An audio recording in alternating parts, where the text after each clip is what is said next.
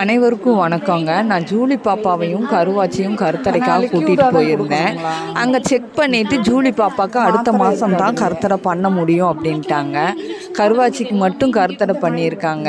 கருத்தடை முடிஞ்சதுக்கப்புறம் டேப்லெட் எல்லாம் எப்படி கொடுக்கணும், சாப்பாடு எப்படி கொடுக்கணும்னு சொன்னாங்க.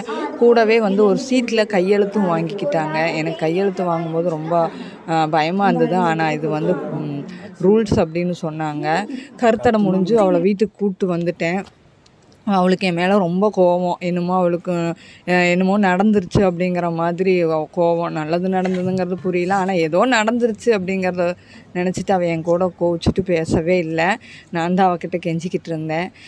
சாப்பாடு அப்படிங்கிறது என்னால் முடிஞ்ச வரைக்கும் அவங்களுக்கு நான் செஞ்சிட்றேன்.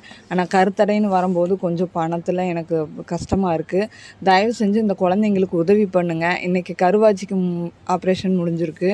அப்புறம் பப்பு பாப்பா இருக்கா, மீனுக்குட்டி இருக்கிறா, கமலி இருக்கா, இந்த மாதிரி வெளியில் நிறைய குழந்தைங்க இருக்காங்க. உங்களால் முடிஞ்ச உதவி அந்த குழந்தைக்கு பண்ணுங்கள். நிச்சயமாக அந்த காலபைரவர் உங்கள் கூட எப்பவும் துணையாக இருப்பார். ஏன்னா கடவுள் நம்ம பண்ணுற நல்லது கெட்டது எல்லாத்தையும் பார்த்துக்கிட்டு தான் இருக்காரு. அதை வச்சு தான் நமக்கு ஒரு சூழ்நிலை அப்படின்னு வரும்போது கடவுளே அப்படின்னு நம்ம கூப்பிடும்போது அந்த கடவுள் கண்டிப்பாக பார்ப்பார். நீ என்ன பண்ணியிருக்க அப்படின்னு. நம்ம நல்லது பண்ணியிருந்தால் கண்டிப்பாக நமக்கு நல்லது பண்ணுவார். நீங்கள் தயவு செஞ்சு இந்த குழந்தைங்களுக்கு உதவி பண்ணுங்கள்.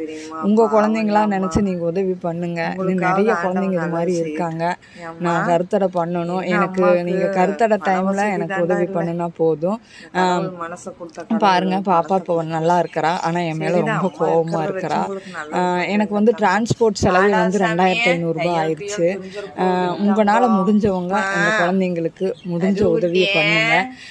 பாப்பா ரொம்ப நல்லா இருக்கிறா. ஆனால் என் மேலே கோபமாக இருக்கா. பாருங்க, இவளுக்கு இன்னும் கொஞ்சம் ஹாஸ்பிட்டல் போக வேண்டியது இருக்குது. இன்ஜெக்ஷன் போடுறதுக்கு எல்லாம் போட்டுட்டு நான் உங்களுக்கு திரும்பவும் நான் வீடியோ போடுறேன். நன்றி, வணக்கங்க.